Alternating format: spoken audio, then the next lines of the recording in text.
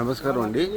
ఇప్పుడు మనము కాడు మల్లేశ్వర స్వామి దేవస్థానం అని చెప్పేసి మల్లేశ్వరం బెంగళూరులో ఉండే ఒక శివాలయంలో ఉన్నామండి. ఇది చాలా పురాతన దేవాలయము.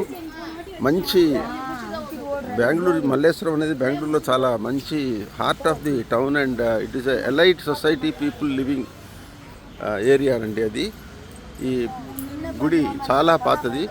కర్ణాటక గవర్నమెంట్ వారి పురావస్తు శాఖ ఆధ్వర్యంలో నడపబడుతోంది. ఇక్కడ మంచి పరమ పవిత్రమైన శివలింగం ఒకటి ఉన్నది. ఆ తర్వాత సుబ్రహ్మణ్య స్వామి ఇవి విగ్రహాలన్నీ కూడా ప్రతిష్ఠింపబడి ఉన్నాయి. అదైన తర్వాత ఎంతోమంది ఈ ముఖ్యంగా ఆదివారం కానీ సెలవు రోజుల్లో చాలామంది వచ్చి ఈ గుడిని దర్శనం చేసుకొని స్వామి దర్శనం చేసుకొని ఆయన యొక్క ఆశీస్సులు పొందుతూ ఎంతో భక్తితో ఉంటారండి. ఇది మల్లేశ్వరంలో చూడదగిన ప్రదేశం. మల్లేశ్వరంలో ఉండే ఒక స్పెషాలిటీ ఏంటంటే చాలామంది మన భక్తులు, ఆ తర్వాత దైవ చింతన కలిగిన వాళ్ళు చాలామంది ఉన్నారు ఇక్కడ. అంతేకాకుండా ఇక్కడ ఎప్పుడు ఈ గుళ్ళల్లో ఏదో ఒక రిలీజియస్ యాక్టివిటీ జరుగుతూ ఉంటుంది. ఇది మల్లేశ్వరంలో ఉండేవాళ్ళ ఒక రకంగా ఒక అదృష్టం అని చెప్పేసి చెప్పచ్చండి.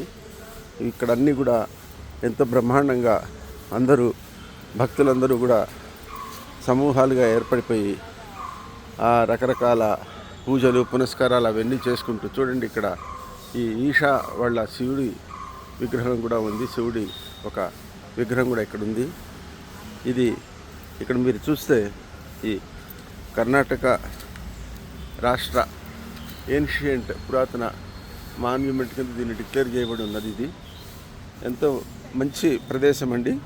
మంచి సెంటర్లో ఉంది. జస్ట్ ఒక 5-6 కిలోమీటర్ల డిస్టెన్స్ లేదా ఒక 10 కిలోమీటర్లు మ్యాక్సిమం.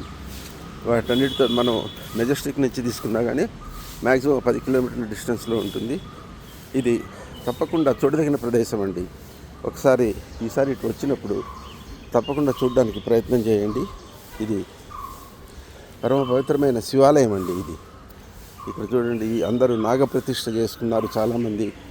ఆ తర్వాత ఈ నాగ విగ్రహాలన్నీ చాలా ఉన్నాయి. చూడండి, ఇక్కడ నాగప్రతిష్ఠలు చేసుకున్నారు.